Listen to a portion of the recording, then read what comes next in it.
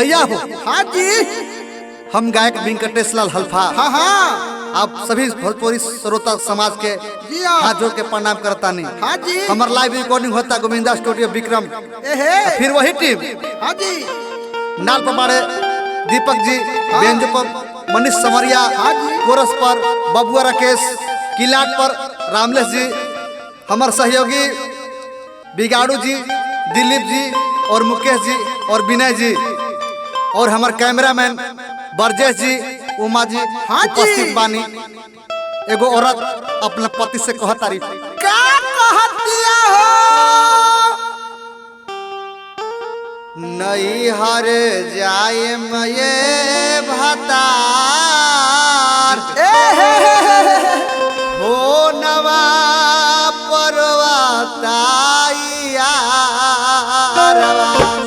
अरे जिया मेरा साग लगाता हो। नहीं हर जाए मये भतार हो नवा परवताइयारवा नहीं हर जाए मये भतार हो नवा परवताइयारवा नहीं हर जाए में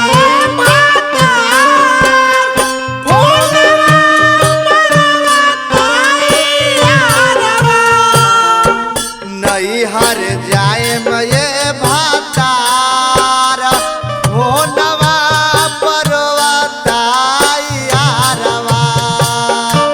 नहीं हर जाए में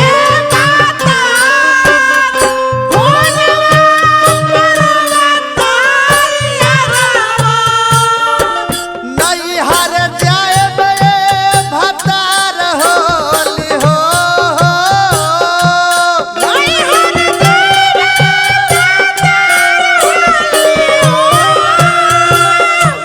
नहीं हर जाए मये भतार फोनवा परवताइयारवा नहीं हर जाए मये भतार फोनवा परवताइयारवा नहीं हर जाए में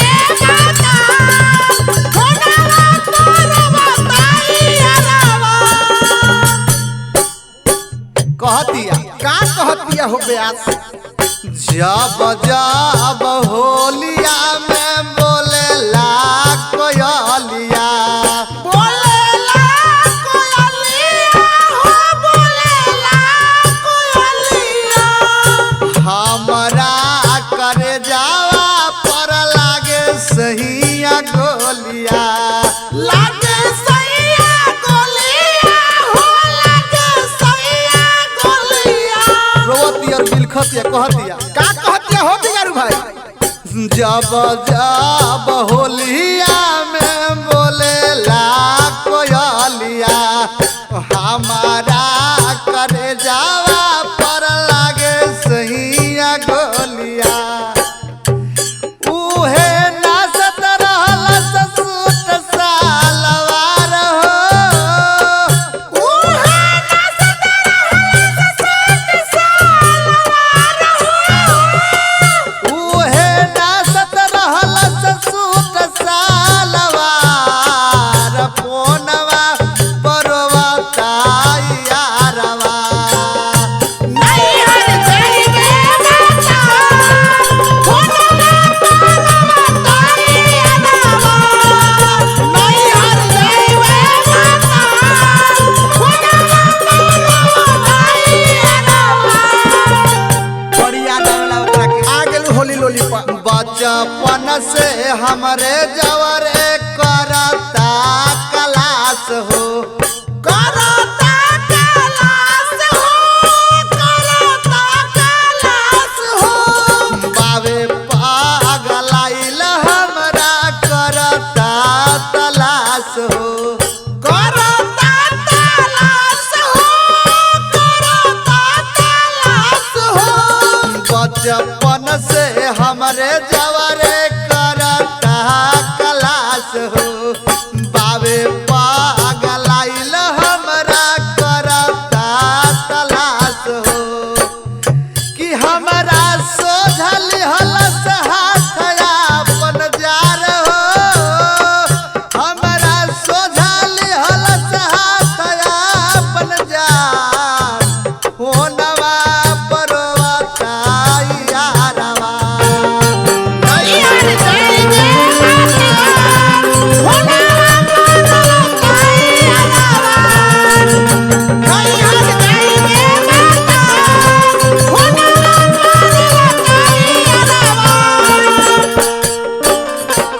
अपना राजा जी से बबुओ रे का कहत दिया हो पियावा बिगाड़ू तहरा कुछो ना बुझाला कुछो ना बुझाला हो कुछो ना बुझाला दिलीप मुकेश के रहन तनी ना सोहाला तनी ना सोहाला हो तनी ना सोहाला पियावा बिगाड़ू तहरा कुछो ना बुझाला मुकेश दिलीप के बात तनी ना सोहाला हलफ के धरती हमहू भराया कवार हो हलफ के धरती हमहू भराया कवार फोनवा पर रोवता यारवा नैहर जाए में बतार फोनवा पर रोवता यारवा नैहर जाए में बतार फोनवा पर रोवता यारवा नैहर जाइबे बाजार फोनवा पर बताई अरवा नैहर जाइबे बाजार फोनवा पर बताई अरवा जब जब होलिया में बोलेला कोयलिया बोले ले कोयलिया हो बोले ले कोयलिया अरे हमारा करे जवाब लागे सैया गोलिया जब जब होलिया में बोलेला कोयलिया हमारा करे जवाब